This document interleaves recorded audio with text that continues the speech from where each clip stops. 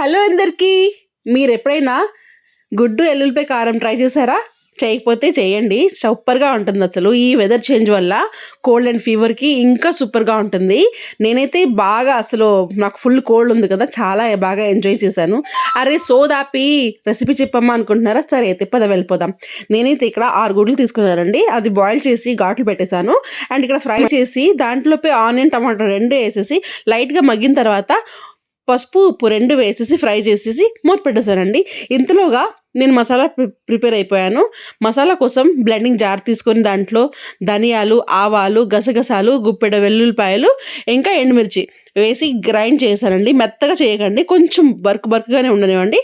ఆ మిశ్రమాన్ని ఈ వేగిన గుడ్డులో కలిపేసి వేసేసేయండి. ఇంకా మీకు కావాలంటే కారం వేసుకోండి. లేకపోతే స్కిప్ చేసేసేయండి. లైట్‌గా వాటర్ పోసి మగ్గిన తర్వాత గుప్పెడు కొత్తిమీర ఏసుకొని తినండి. సూపరు.